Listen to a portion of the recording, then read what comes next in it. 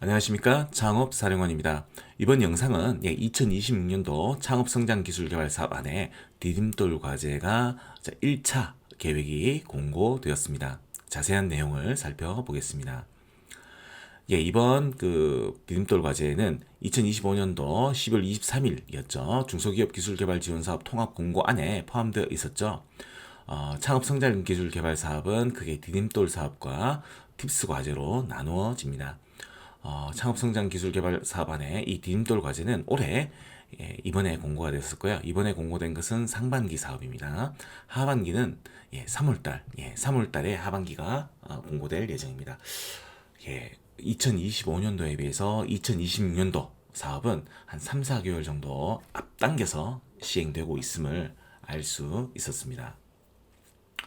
이번에 공고한 디딤돌 제1차 공고 사업의 세부 과제는 첫걸음 과제, 중소벤처기업부의 R&D 사업을 처음 하는 기업들만이 신청하실 수가 있는데요. 그 첫걸음 과제 안에 두 개로 나누어져 있습니다. 지방청 R&D 사업이 있고요. 여성참여 활성화 R&D 사업이 있습니다. 두 사업 모두 1월 23일까지 접수를 받습니다. 이 두 개의 사업 중에 한 개만 신청이 가능합니다. 그리고 지방청 R&D에 신청을 하실 때는 그 스타트업의 본사 기준으로 본사의 주소가 그 지방청 안에 해당되어야지만 신청을 할 수가 있습니다. 중소벤처기업부에 보시면 이렇게 중소벤처기업청이라고 각 지방마다 중소벤처기업청 조직이 존재합니다. 이 조직은 공무원 조직이거든요. 그래서 중소벤처기업부에 근무하는 공무원들이 이렇게 지방청에도 근무하고 있고요. 이번에 첫걸음 과제는 이 중소벤처기업청에서 선정평가를 담당합니다. 그러나 여성참여 활성화 R&D 사업은 지방청 R&D가 아니고요. 중소기업기술정보진흥원, 기정원이라고 하죠. 기정원에서 선정평가를 담당합니다. 그 부분이 차이가 있습니다. 대전, 세종 지방중소벤처기업청도 있고요. 울산, 충남 각 지역에 다 있음을 알 수가 있습니다. 주요 변경 사항을 보겠습니다. 2025년도와 2026년도에 어떤 차이점이 있는지 보겠습니다. 첫걸음 R&D 사업 안에 이렇게 지방청 R&D는 원래 있었지만 이번에 새롭게 여성 참여 활성화 R&D가 첫걸음 R&D 안에 들어갔습니다. 그리고 이 여성 참여 활성화 사업은 작년에는 도약 R&D 안에 들어 있었거든요. 근데 올해는 이렇게 여성 참여 활성화에 이렇게 첫걸음 R&D 안에 들어갔습니다. 그래서 중소벤처기업부 R&D를 처음 수행하는 기업만 참여할 수가 있습니다. 지방청 R&D도 그렇고요. 여성참여 활성화 R&D에서도 중소벤처기업부 R&D를 처음 수행하는 기업만 신청할 수가 있습니다. 제가 공고문을 보니까 타 중앙부처, 뭐 산업부라든지 과학기술정보통신부 사업을 R&D 사업을 수행했던 기업은 어떤 제한 조건이 따로 없었습니다. 참고하십시오. 네, 그리고 이번에 제 1차 그 첫걸음 R&D를 보시면 지방청 R&D 같은 경우는 총 350개 내외를 선정합니다. 여성참여 활성화 R&D 같은 경우는 50개 내외를 선정을 하네요. 지원 조건은 1년 6개월 동안 사업이 시행되고요.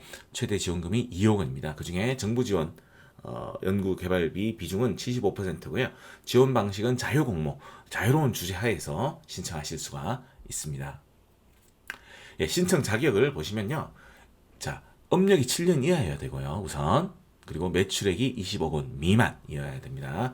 매출액이 없어도 신청 가능합니다. 자, 매출액이 없는 기업도 제로인 기업도 보통 작년 기준으로 매출액을 제시를 하는데 매출액이 제로인 기업도 선정된 사례가 있습니다. 참고하십시오. 그리고 중소벤처기업부 R&D를 처음 수행하는 기업이 신청하실 수가 있습니다. 자, 그리고 공통 자격은 이 자격은 즉 업력이 7년 이하, 매출액이 20억 원 미만, 중소벤처기업부 R&D를 처음 수행하는 기업 이게 이제 공통 자격인데 이 공통 자격은 주관연구개발기관으로만 주관연구개발기관에만 적용되고요. 보시면은 공동연구개발기관이 중소기업이 다른 기업도 참여할 수가 있는데요. 이 기업은 매출액이 10년 돼도 되고 매출액이 100억 돼도 되고 중소벤처기업부 R&D를 여러 번 수행해도 된다는 뜻이죠.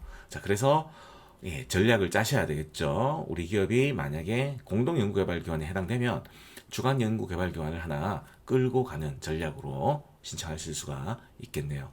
위탁연구개발기관은 대학연구기관 등 비영리기관은 위탁연구개발기관으로만 참여 가능합니다. 세부 과제별 지원 자격을 보시면요. 아까 지방청 R&D 같은 경우는 지방청 R&D 공고 지역에 속하는 중소기업이 되어야 하고요. 여성 참여 활성화 R&D 같은 경우는 이 세 가지 중에서 하나를 만족하시면 됩니다. 일단 여성기업이든지 여성기업 확인서라는 게 있죠. 여성기업 확인서를 보유한 여성기업이면 신청할 수가 있습니다. 또는 경력 단절 여성을 채용한 기업도 신청하실 수가 있네요. 그리고 과제 참여 연구원 중에서 여성 비율이 50% 이상인 기업, 여성 기업이 아니더라도 여성 연구자가 과제 참여 연구원 중에 여성 비율이 50% 이상이면 참여하실 수가 있네요. 보시면 담당 기관이 이렇게 지방청 R&D 같은 경우는 13개 지방 중소벤처기업청에서 담당을 하고요. 여성 참여 활성화 R&D 같은 경우는 아까 말씀드렸죠. 선정평가를 어디서 한다 했습니까? 중소기업 기술정보진흥원에서 하죠.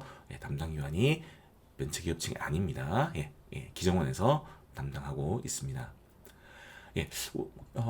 13개의 그 중소벤처기업청 그 R&D 중에서 대구 사례인데요. 대구 같은 경우는 이번에 29개를 선정을 하네요. 경남지방청 같은 경우는 이번에 23개를 선정합니다. 경남지방청 R&D 관련해서는 좀 더 자세히 한번 보면요. 물론 이번에 1년 6개월 동안 진행을 하고 사업기간이 4월 1일부터 2026년 1차 년도는 2026년 12월 30일, 2차 년도는 2027년 1월 1일부터 2027년 9월 30일까지 9개월로 잡혀 있네요. 그래서 1차 년도 9개월, 2차 년도 9개월, 총 1년 6개월, 18개월로 사업이 진행됩니다. 선정평가는 아까 중기청 R&D 같은 경우는 지방 중기청에서 선정평가를 한다고 했었죠. 이 점 참고하십시오. 서면평가의 주요 항목인데요. 기술성, R&D 사업이지만 사업성도 중요하죠. 사업성이 한 20% 차지하네요. 입점. 당연히 그리고 기술개발 역량이 있는 것처럼 보여야 되겠죠. 당연히. 어떤 아이템을 개발한다고 했을 때 그 아이템 개발에 전혀 경력이 없는 기업에서 신청하면은 그 평가위원들이 좋은 점수를 주기가 힘들 겁니다. 대면 평가 주요 항목을 보시면 추가적으로 이렇게 지방청 특화 지표라는 게 있습니다. 지방청 특화 지표라는 것은 대면 평가 때 평가 최대 20점이 적용되는데요.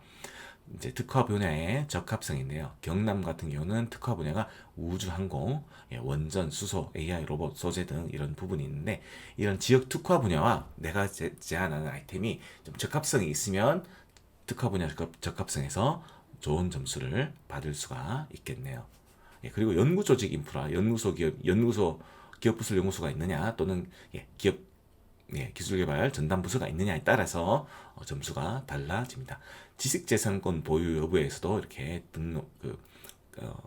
점수 배점이 달라진 것을 알 수 있습니다. 이 연구조직 인프라와 지식재산권 보유 여부는 이 부분은 거의 정량적인 항목이 되겠네요. 점수가 딱 정해지는 것이죠.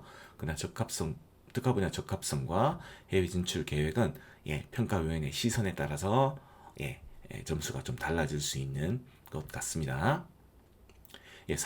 연구개발 계획서 양식인데요. 작년 거하고 크게 차이는 없습니다. 보시면은 이 7번 연구개발 성과의 활용 방안 및 기대 효과 파트에 기존에는 3개의 꼭지가 있었지만 이번엔 4개의 꼭지로 늘었었네요. 그리고 마지막에 보시면 지방청 특화 지표 검토 자료 이 부분에 이제 아까 특화 분야 적합성과 해외 진출 계획의 구체성 평가할 때 이 부분을 좀 중점적으로 볼 것 같습니다. 관련해서 제가 R&D 그 기획 전문가 코스 강의를 개설을 했는데요. 자세한 내용은 유튜브 댓글창에 확인해 보십시오. 이상 창업사령관이었습니다. 구독과 좋아요 부탁드립니다.